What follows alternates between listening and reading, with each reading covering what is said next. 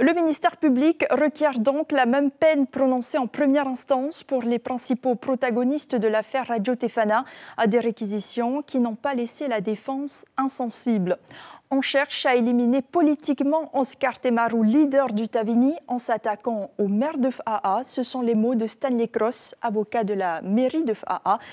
Lui et ses confrères ont défendu l'intégrité d'Oscar Temaru. Pour eux, le dossier Radio Tefana est un dossier vide. Chiquita Teiva, David Chang.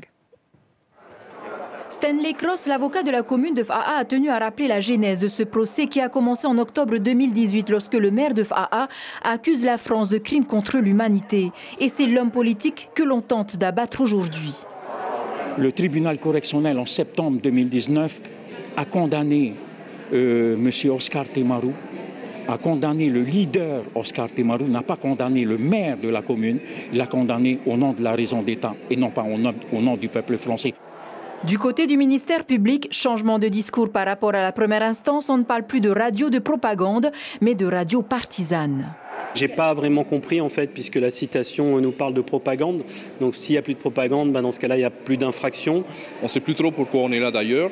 Et on voit le parquet s'accrocher à différents mots et même à travestir nos propos.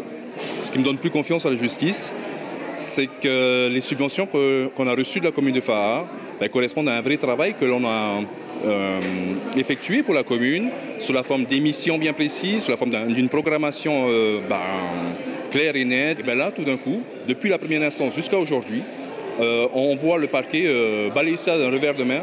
Soit Oscar Temaru est coupable et il y a un dossier, et dans ce cas-là, il suffit de traiter le dossier pour montrer la culpabilité, soit il ne l'est pas et c'est un dossier politique, et il faut inventer des choses. Et là, c'est ce qui s'est passé. Également présents, les 8 salariés de Radio Tefana. La radio avait été condamnée à une amende de 100 millions de francs. Et l'inquiétude, elle est là, elle est palpable au quotidien.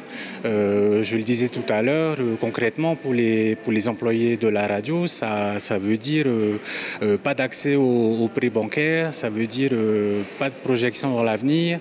Voilà, la vie des employés est suspendue à une décision du tribunal.